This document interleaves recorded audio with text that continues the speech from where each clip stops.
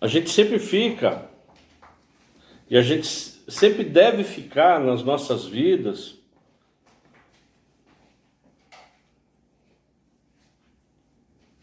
verificando, atentos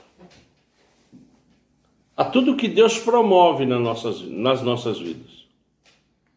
Então, por exemplo, a gente pega um culto de quarta-feira, um culto de estudo e oração, onde a gente está fazendo uma liturgia aberta, né? Uma liturgia aberta. Eu coloquei isso, né?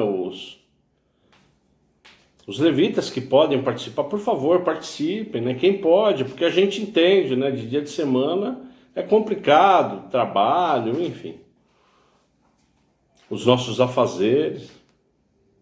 E quando a gente se propõe realmente a estar junto, e quem participa, a gente tem uma infinidade, né? A Bíblia é de uma abrangência, não é? De temas diversos.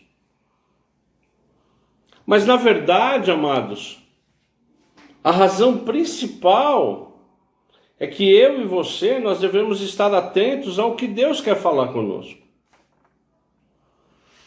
Ao que o nosso Pai quer falar conosco, não é? Então nós que vivemos aqui, eu tenho meu filho, a minha filha, a minha esposa, não é? A gente está sempre se atentando ao que um fala com o outro. E para Deus não é diferente. Então a gente vem num culto desse, onde Deus, Ele toca no meu coração para falar do quê? Que o nosso Deus, Ele não nos deu o espírito de medo. Que nós não devemos temer. Nós não devemos temer situações, nós não devemos temer pessoas, porque Ele nos deu o espírito de amor, de moderação. E aí vem o Elias e a Roseli, e que Deus toca no coração deles, eles falam que cantam, louvam um louvor que diz o quê? Não há o que temer. Ele vem para nos salvar. Amém, igreja? Diga um amém onde você está. E aí depois vem o Giovanni e a Laura falando do quê? Deus, o teu amor não falha, ele não muda. Então a mensagem para mim e para você, ela já foi dada. Que nós não devemos temer, que nós não devemos ter medo. Às vezes a gente teme, às vezes a gente tem medo. Mas nós temos que ter a absoluta certeza, amados, que nosso Deus não muda. Ele é ontem, ele foi ontem, ele é hoje, ele é sempre o que? Deus. O seu amor não falha. O meu e o seu amor, ele falha. Às vezes eu falho com a minha esposa, às vezes ela falha comigo, às vezes eu falho com os meus filhos, eles falham comigo. Mas Deus não. Deus, ele não falha. Deus, ele não muda. E nessa palavra, e já começando a nossa palavra de hoje, você vê, amados, o Espírito Santo de Deus, ele nos conecta, ele nos une, porque o culto, esse culto é dele.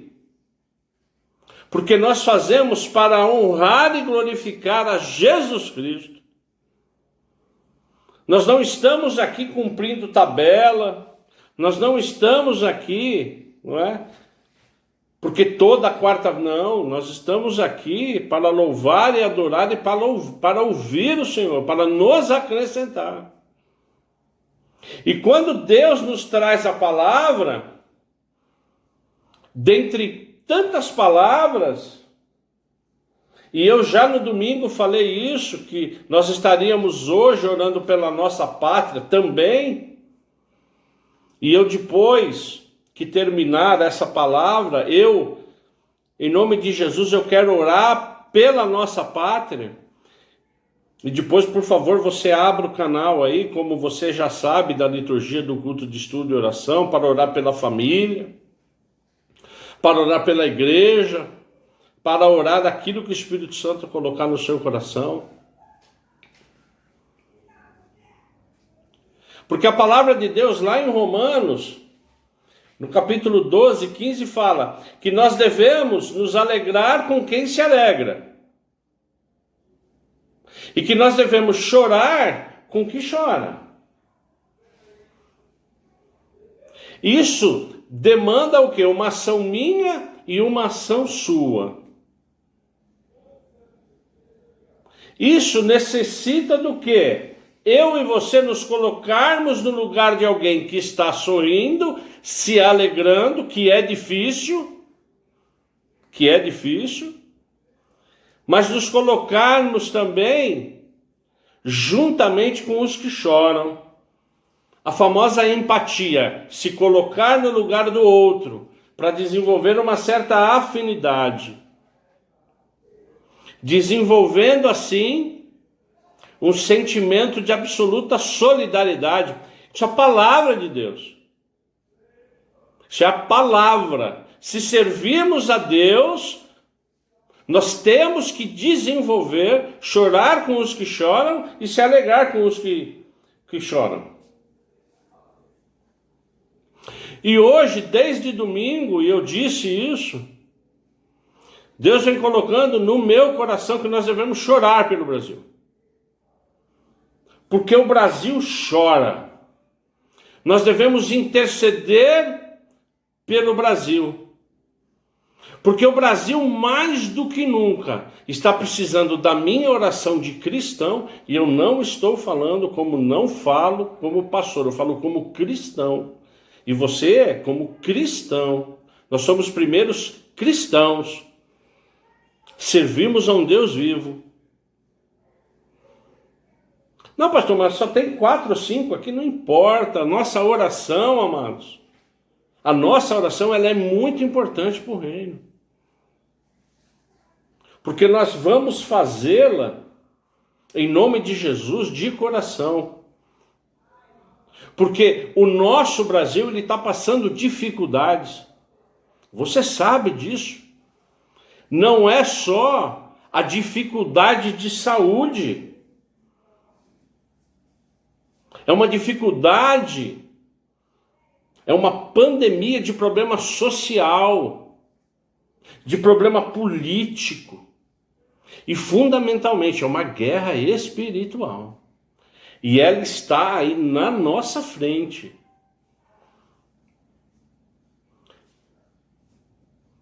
Estando conectados nós, em que canal estarmos? Em qual canal? Internet, Zap, enfim, televisão, rádio.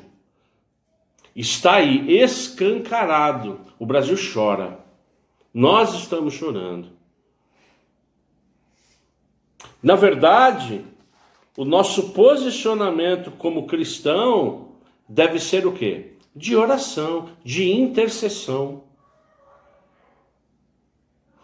E Deus me trouxe um texto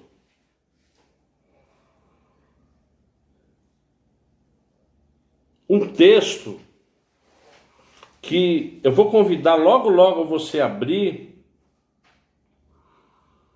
de uma situação que o profeta Jeremias ele visualizou. Está lá no livro de Lamentações. Daqui a pouco você abre. Existe um livro na Bíblia que se chama Lamentações de Jeremias, onde nós vamos ler os 5 primeiros versos do primeiro capítulo de Lamentações de Jeremias, onde ele se lamenta, ele sente muito tudo aquilo que ele está vendo, porque ele descreve um país, uma Jerusalém devastada, assolada, com medo com tudo aquilo que está passando com ela, Jerusalém, que foi em função da invasão da Babilônia, de um rei chamado Nabucodonosor, que você com certeza já ouviu falar. Observem o que eu vou falar, em nome de Jesus. Essa invasão de Nabucodonosor, do rei da Babilônia, um poderoso rei da Babilônia, ela se deve à rebeldia do povo de Jerusalém, à rebeldia do povo de Deus, que não quer escutar a Deus, que não quer se prostrar a Deus, que não quer buscar a Deus, que não quer orar a Deus, que não quer clamar a Deus. Porque rebeldia está ligado à desobediência, e nós sabemos o que acontece quando nós somos rebeldes e desobedientes perante a palavra de Deus. Não é? Somos expulsos do paraíso, como aconteceu logo no início da Bíblia, que nós conhecemos a história. O que mais me chama a atenção, e em nome de Jesus eu peço a você ter essa ótica, que quando eu estiver lendo o que Jeremias estava vendo de Jerusalém, você transporte essa mensagem para o Brasil. Se nós não intercedermos, se nós não orarmos, o Brasil, em pouco tempo, ele pode se tornar exatamente o que foi Jerusalém. Porque, repito, nós estamos numa guerra espiritual. E nós não precisamos ter muito entendimento de Bíblia e de palavra para entender isso. Porque nós, eu e você, nós estamos sentindo, nós estamos presentes, nós estamos vivendo essa guerra espiritual. Que nós, eu e você, só venceremos por oração, por clamor e por jejum. Não há outra ferramenta, amados. Então eu convido você, Lamentações de Jeremias, a partir do capítulo 1, verso 1. Eu vou dar um tempo para nós abrirmos.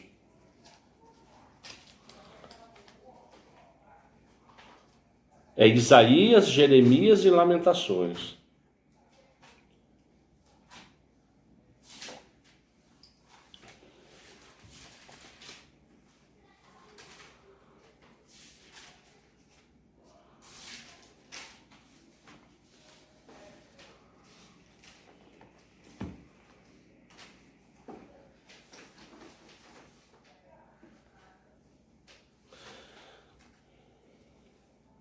Lamentações de Jeremias, capítulo 1, a partir do verso 1. Tenham essa ótica, por favor, tenham essa ótica que eu acabei de falar para vocês. A palavra de Deus diz o seguinte, Lamentações de Jeremias 1, a partir do verso 1. Como jaz solitária cidade outrora populosa, tornou-se como viúva a que foi grande entre as nações, princesa entre as províncias, ficou sujeita a trabalhos forçados. Verso 2. Chora amargamente de noite, e as lágrimas lhe correm pelo rosto. Entre todos os seus amantes não tem quem a console. Todos os seus amigos a traíram, tornaram-se seus inimigos. Verso 3. Judá foi levado ao exílio, afligido e sobre grande servidão, agora habita entre as nações sem encontrar descanso. Todos os seus perseguidores o apanharam nas suas angústias. Verso 4. Os caminhos de Sião estão de luto, porque não há quem venha à reunião solene. Todas as suas portas estão desertas, os seus sacerdotes vivem gemendo, e as suas virgens estão tristes, e ela mesma se acha em amargura. Verso 5 e último. Os seus adversários a dominam. Os seus inimigos prosperam, porque o Senhor a afligiu por causa da multidão das suas transgressões. Os seus filhinhos tiveram de ir para o exílio, na frente dos seus adversários. É um retrato triste do povo de Deus que se afasta de Deus. Do povo do carnaval, da festa da carne, da irresponsabilidade, do suborno, da desobediência a Deus. Nós estamos no momento crítico da nação, igreja.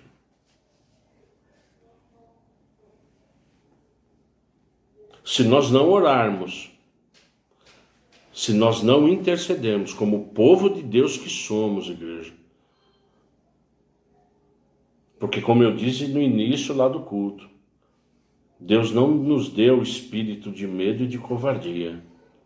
Ele nos deu espírito de amor, de poder, de intercessão. Porque tudo isso que Jerusalém passou, e que nesse caos, o profeta Jeremias, ele chorou. É por isso que o profeta Jeremias, ele é chamado profeta chorão, porque ele chorou.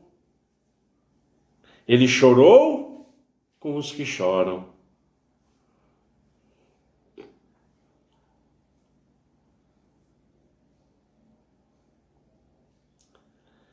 Tem muita gente passando fome, muita gente se matando, muita gente preocupada. Então, igreja, a gente precisa orar. A gente precisa mostrar para que nós viemos, por que nós servimos a Deus. Tem muita gente desesperada. Nós sabemos de toda a luta do nosso povo, sem pandemia. Recursos escassos, prateleiras escassas, sem pandemia. Nós já vamos, sei lá, para 2 meses, eu não sei exatamente quanto tempo nós vamos. Nós só vamos mudar com oração, igreja. Então eu vou iniciar, em nome de Jesus, a oração pelo povo, por nós, mas pelo povo brasileiro. Você está aí, igreja, eu pediria que você fechasse os seus olhos e também orasse, intercedesse, do seu jeito. Quando eu acabar de orar, depois quem sentir no coração, abra o áudio, o som, depois ore, por favor. Ore pela família, ore pela igreja, ore por aquilo que o Espírito Santo colocar no seu coração. Amém?